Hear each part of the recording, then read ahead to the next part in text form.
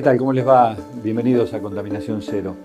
A la salida de la crisis del 2001-2002, la Argentina inició un proceso de crecimiento, de desarrollo, como se lo quiera denominar.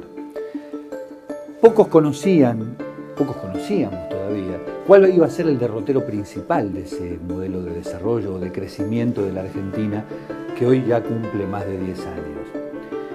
Y apareció una palabra, apareció un vocablo, hasta ese momento prácticamente desconocido, y un vocablo que devino de la mano del aumento del precio de los commodities, fundamentalmente de la soja, y de la irrupción de la soja, la minería a cielo abierto. Ese vocablo es el extractivismo. El extractivismo es, según lo definen los que saben, ni más ni menos que solidificar una posición de crecimiento de un país a partir de la explotación y exportación de un solo recurso natural o un puñado de ellos. Es lo que quizás 50 o 60 o 70 años atrás denominábamos el modelo de vivir de una sola cosa, vivir de aquella materia prima que podía vender el país. Hoy eso se denomina extractivismo. El extractivismo tiene, por supuesto, otras caras. La cara fundamental es la de la exacción de los recursos naturales y la de la contaminación que deviene de eso. ¿A qué viene esto que les estoy comentando? A que poco se ha discutido todavía seriamente sobre cuáles son las implicancias de un modelo de estas características. El modelo que ha imperado en la Argentina en los últimos 10 años, claro está, y que buena parte de América Latina ha asumido como propio. Y esta vez en Contaminación Cero tenemos la posibilidad de discutir con dos personas que han pensado sobre esto, han reflexionado y han escrito. Han escrito un libro que se llama Mal Desarrollo, y ya desde el propio título están dando una señal de qué es lo que opinan de un modelo de crecimiento apoyado solamente en la extracción de un par de materias primas. Estamos hablando de Maristela Svampa, socióloga, y de Enrique Viale, abogado ambientalista, quienes se han reunido para escribir Mal Desarrollo. Los hemos entrevistado y hemos discutido con ellos largamente para ver si podemos sacar alguna conclusión. Véanlo.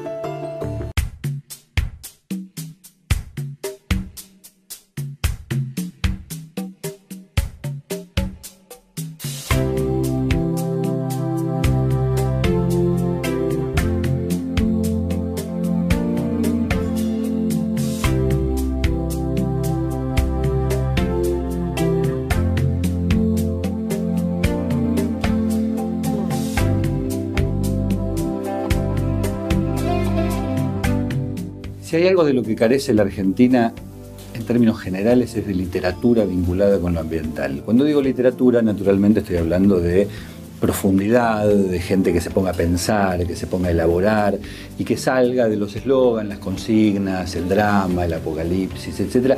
y pueda dar algunas razones de por qué pasan las cosas que pasan, obviamente en términos ambientales. Por eso, contar hoy con quienes han escrito un libro de los más importantes de los últimos tiempos, que además analiza lo que ha pasado precisamente en la última década de la Argentina. Es verdaderamente, primero, un lujo y segundo, un desafío como para poder conversar de estos temas. Estamos con Maristela Svampa y Enrique Viale, que escribieron Mal Desarrollo, la Argentina del extractivismo y el despojo. Buenas tardes. La primera pregunta a mí me cae de cajón. ¿Por qué mal desarrollo si supuestamente este gobierno o esta década, más allá de la intención particular de este gobierno, ha sido la década de salir de la crisis, de avanzar en el progreso, de incorporar a la Argentina a una cantidad de beneficios que daba el mundo desarrollado que presuntamente se obtuvieron? Bueno, en realidad nosotros queríamos salir de esa falsa dicotomía y discutir si década ganada o década perdida. En realidad, si hay que caracterizarlo en términos de década, es mucho más la década hipotecada, ¿no? En términos ambientales y sociosanitarios, por los impactos y las repercusiones que van a tener los megaproyectos de carácter extractivo que se han implementado en Argentina en la última década. Y en ese sentido, tomamos el concepto de mal desarrollo porque nos parecía muy ilustrativo. porque es un concepto que a la vez plantea un diagnóstico empírico, observable, y por otro lado también es crítico, dice lo que no se debe hacer, lo que no debe ser, y claramente muestra que lo que tenemos enfrente son modelos de desarrollo insustentables desde diferentes dimensiones. Y nosotros nos proponemos, de alguna manera, recorrer las diferentes dimensiones del mal desarrollo, abordando el modelo sojero, el modelo minero, la cuestión del fracking, el extractivismo urbano, pasivos ambientales, etc. Normalmente se acusa a quienes defienden una posición más ambientalista, más sustentable, lo que sea, de estar en contra del desarrollo, en contra del progreso. Ustedes de alguna manera establecen que hay una tercera vía, en el sentido de que hay posibilidades de crecer no de la buena manera, sino de una manera mala para el ambiente. Bueno, en el libro nosotros hacemos una crítica, como se está haciendo en toda Latinoamérica, al concepto mismo de desarrollo. Entonces, más que pensar en desarrollo alternativo, se están pensando alternativas al desarrollo, ¿no? Entre comillas. Creemos que, claro, que hay otras formas, hay alternativas. En el libro se exponen, ¿no? Alternativas a este concepto hegemónico de desarrollo que pone a América Latina como exportadora de naturaleza, como si fuese un destino y no una decisión geopolítica mundial que nos pone en ese lugar. Y ahí es donde nosotros desarrollamos, sobre todo en la parte final del libro, algunas de las alternativas que en América Latina se están pensando para salir del extractivismo, es decir, todo un periodo transicional. Normalmente, haciendo abogado del diablo, yo les digo que los economistas más convencionales, lo que dirían, aún bien intencionadamente, dirían, bueno, esas otras vías de desarrollo quizás no tendrían escala, quizás no generarían la cantidad de inversiones que estas han generado. Están hablando de la minería, del fracking, etcétera, etcétera. ¿Es posible vincular un criterio de desarrollo? Yo obviamente creo que sí, pero la respuesta que ustedes dan en el libro, ¿es posible pensar en un criterio de desarrollo que contenga socialmente, que tenga volumen de crecimiento y al mismo tiempo no sea lesivo necesariamente para el ambiente? Bueno, primero creo que hay que poner en cuestionamiento esa visión economicista del desarrollo que nos ha colocado en el medio de una gran crisis, no solo a nivel civilizatorio, sino, digamos, a nivel nacional y latinoamericano. Nosotros cuestionamos esa imagen que asocia desarrollo con crecimiento indiscriminado, crecimiento exponencial, crecimiento infinito. Entonces, hay que ponerle límites a eso.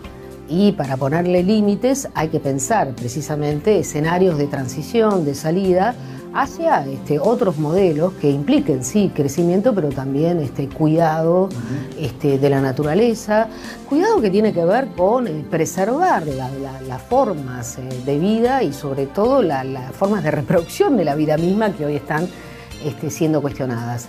Entonces, desde mi perspectiva, esa visión meramente economicista, que ha sido largamente criticada, vos lo sabés, Sergio, en las últimas décadas, siempre vuelve, ¿no? Siempre vuelve como esos muertos vivos, ¿no?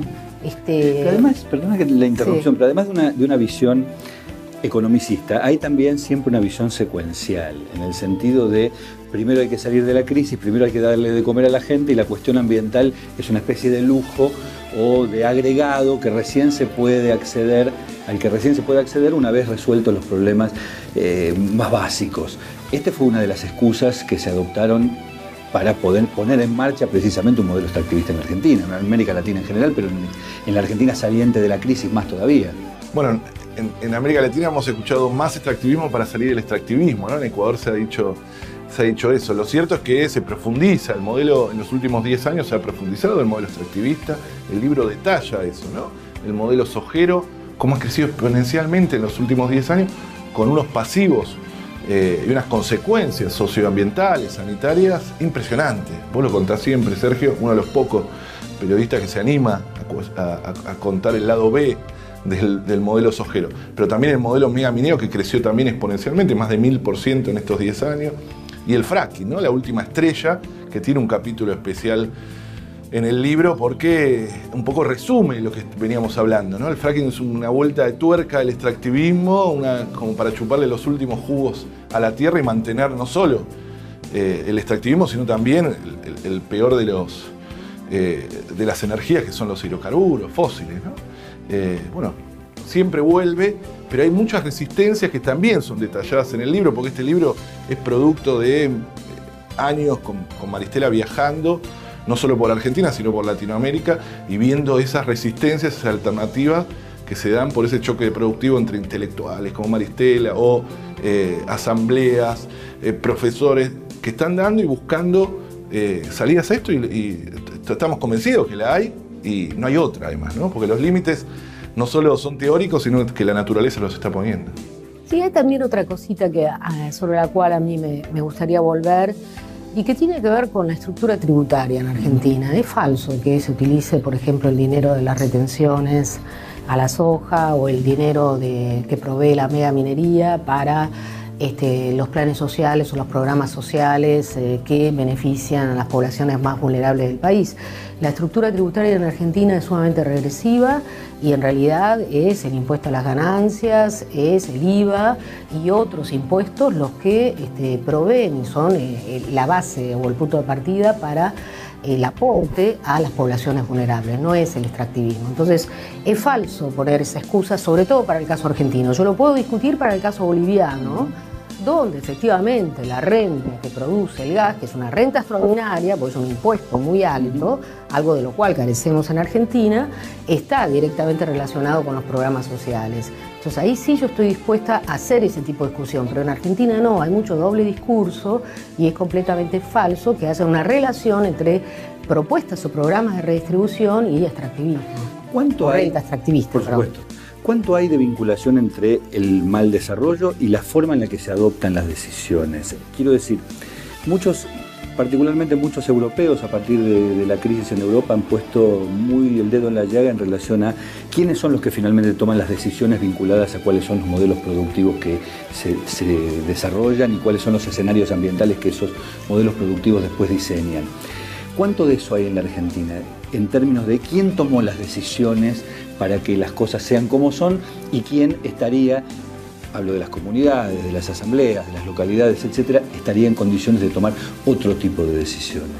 Bueno, claramente hay una relación directa, ¿no? El extractivismo en América Latina y en Argentina se impone por la fuerza, a espaldas de la sociedad y la mayoría de las veces con criminalización de la protesta, ¿no? Es una característica intrínseca porque se trata de apropiación de territorio, es decir, la famosa acumulación por disposición de Harvey, ¿no? Es decir, que tienen que correr otras actividades para que entren estas actividades que son que usan intensamente el territorio. Por eso las decisiones son de arriba hacia abajo, a espaldas de la sociedad, y también por eso es que cuando las sociedades se despiertan, se organizan en asamblea, logran grandes triunfos, ¿no? Famatina, Esquel, Loncopoe, todo eso está bien detallado en el libro, y Maristela en el libro hace una descripción muy clara entre eso, ¿no? La relación entre democracia y extractivismo, ¿no? Cómo el extractivismo lleva a la más baja intensidad a la democracia, ¿no? Casi que desaparece en los lugares donde está el fracking llevándose a cabo, la megaminería o el modelo sojero.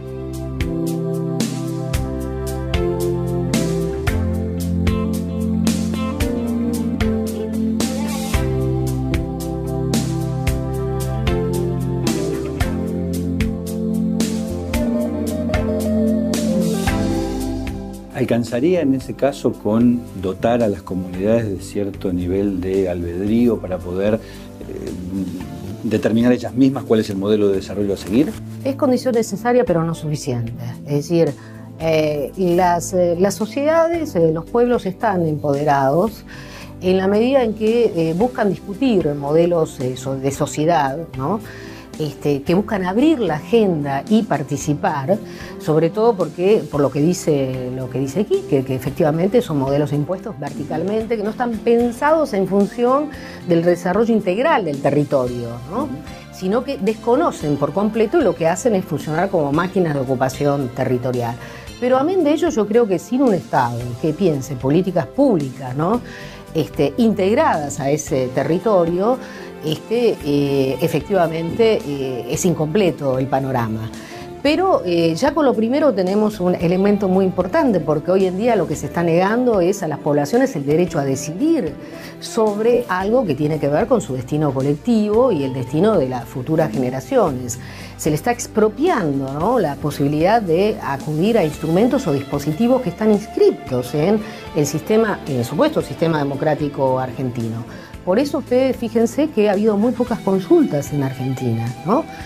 Acá mencionaba Quique 3 de ellas, es decir, Loncopué, Esquel, y tenemos una tercera. No, creo que tenemos dos nada más. La de Calingasta nunca se pudo hacer. Nunca se pudo hacer, tenemos dos. Y el resto son puebladas. Bueno, de los resultados de esas dos uno puede inferir por qué las manos se hicieron, ¿no? Exactamente. Claro, y que tienen 12 años de diferencia. Fíjate vos que se ha tenido que acudir precisamente a la sanción de leyes. Hay 7 provincias que tienen leyes provinciales que de diferente modo lo que hacen es prohibir la megaminería en sus territorios, ¿no?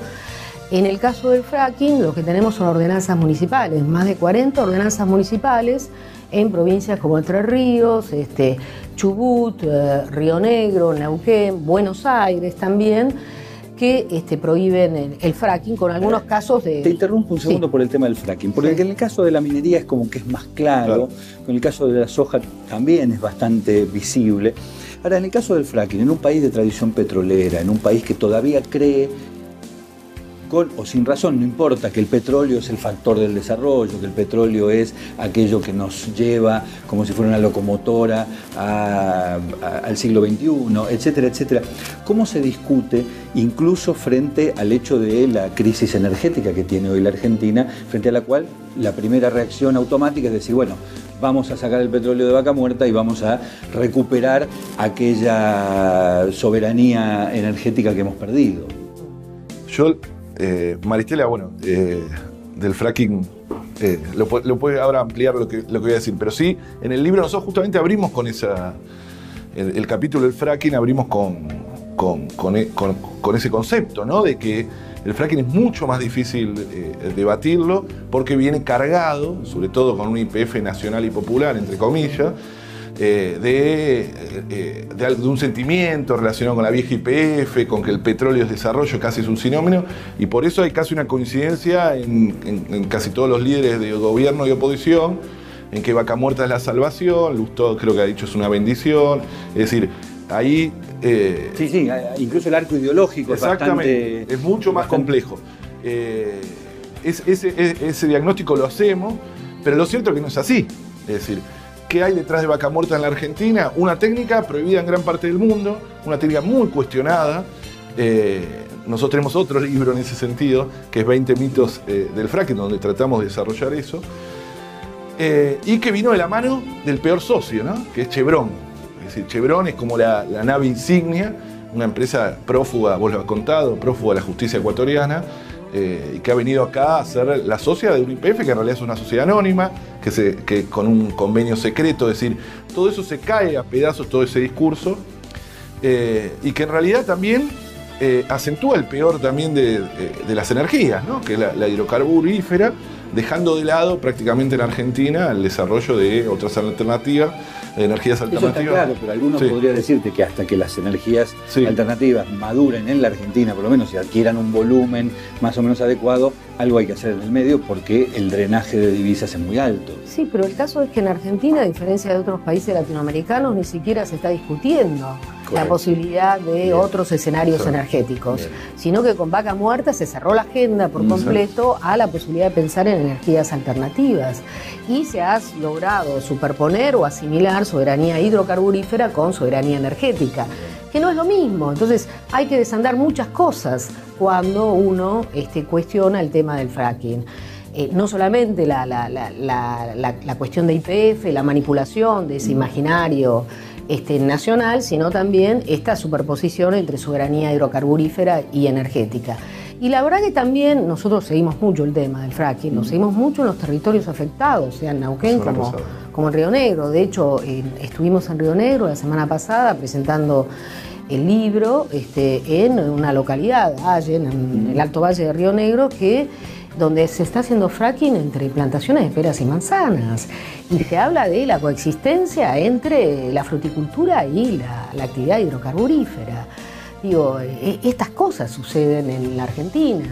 En Río Negro denunciamos que hay una secretaria de Ambiente que es empresaria del sector, que supuestamente tiene que controlar aquellos a las cuales bueno, provee el secretario productos. de Minería de la Nación también es empresario del sector. También, bueno. Pero entre los clientes durante 10 años. Y sigue, de la época de Dualde. Pero estas cosas suceden en Argentina claro, de modo muy grosero, en el cual ni siquiera hay controles ambientales. Uno no le puede pedir al Estado nacional y provincial, no solo por la carencia de gente preparada, sino porque además los funcionarios están de los dos lados del mostrador, haciendo negocios, digamos. Esto también es una cuestión, porque inclusive si se aplicaran los controles ambientales que están en el dispositivo legal argentino, también se podría hacer mucho para colocar límites hoy en día a la expansión de la frontera hidrocarburífera, minera, sojera, etc. Bueno, pero ahí en general, frente a esa situación, lo que impera es el chantaje o la extorsión de si vas a controlar o si vas a excederte, como si hubiera posibilidad de exceso en el control, lo que vas a hacer es dinamitar algo que hoy está generando ingresos, que está generando... volvemos al comienzo de la conversación. Claro. ¿Cómo se combate en la práctica una extorsión frente a la cual todos quienes cuestionamos de alguna manera el modelo de desarrollo somos parte de la acusación, ¿no? Somos acusados ponemos en riesgo la gallina de los huevos de oro. Lo cierto es que esa confrontación siempre, ¿no? Vos lo sabés bien también, Sergio, se da, ¿no? Como si hubiese un enfrentamiento entre desarrollo o trabajo y ambiente. Lo cierto es que no hay ningún país del mundo que haya logrado un verdadero desarrollo, entre comillas, socioeconómico con la explotación masiva de sus recursos naturales o bienes comunes. Es todo lo contrario, la historia de América Latina, la historia de África, es decir, son capítulos nuevos de las venas abiertas de América Latina y Galeano. Así que me parece que parte del libro y de lo que se está haciendo en América Latina es tratar de descolonizar nuestro pensamiento de eso que siempre nos meten en la cabeza, ¿no? La última, para los dos, como la quieran contestar, ¿por qué creen que la política le tiene tanto temor, la política tradicional, digamos, le tiene tanto temor a entrar a la discusión de estos temas? ¿Qué es lo que creen que pierde la política, insisto, la política convencional, la que de alguna manera prevalece en el país, que evita permanentemente la discusión sobre estos temas? Yo creo que hay dos cuestiones. La primera es que hay grandes intereses económicos detrás de todo eso. En el caso del petróleo eso lo muestra de modo emblemático, porque hasta se llevan a cabo guerras para obtener petróleo, ¿no? Digo, y el lobby poderoso que hacen las empresas lo hemos visto con las leyes glaciares, por ejemplo, aquí en Argentina, y bueno, ahora claramente también con el petróleo. Entonces, eso yo no lo dejaría de lado, como no dejaría de lado también que la mayor parte de la dirigencia política argentina tiene una idea convencional de lo que es desarrollo. Si no ha cuestionado todavía los lugares comunes, ¿no? Y cree que esto es, bueno, que es una cuestión, es un añadido, es una cuestión secundaria, que viene desde fuera, que depende también de lo que dicen los países del norte, que han logrado un estándar de vida superior. En fin, me parece que al menos esos son los dos de los elementos. Sí, lo que cuenta Maristá en el libro, ¿no? Que se ha pasado del consenso de Washington al consenso de los commodities, ¿no? Esa aceptación que la aceptan gobierno de derecha e izquierda casi no cambia, ¿no? Cuando en América Latina cambia, siguen el modelo este.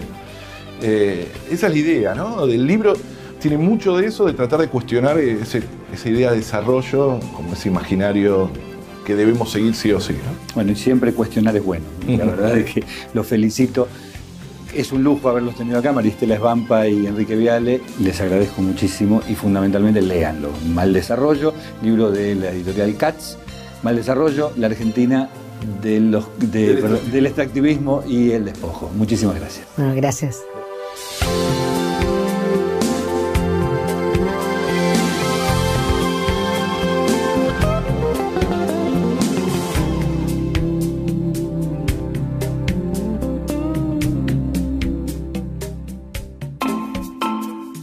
Es inevitable que un país como la Argentina se desarrolle casi exclusivamente a partir de la exportación de un solo producto que cubre el 75% de sus tierras cultivables. Es inevitable que buena parte de las inversiones que se reclaman provengan de la minería a cielo abierto, con lo que significa precisamente un criterio de casi saqueo llevándose la totalidad de los recursos que se explotan.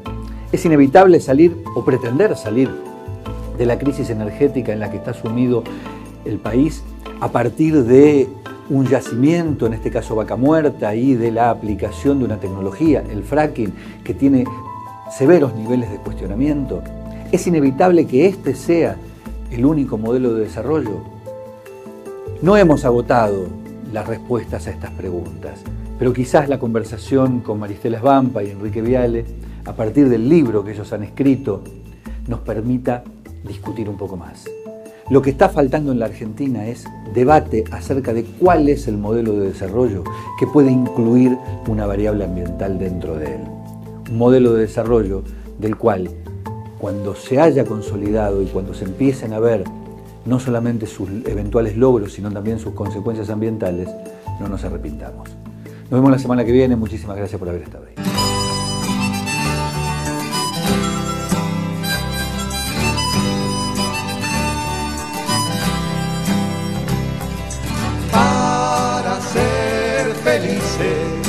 Solo necesitamos respirar el aire puro, pero el aire está contaminado.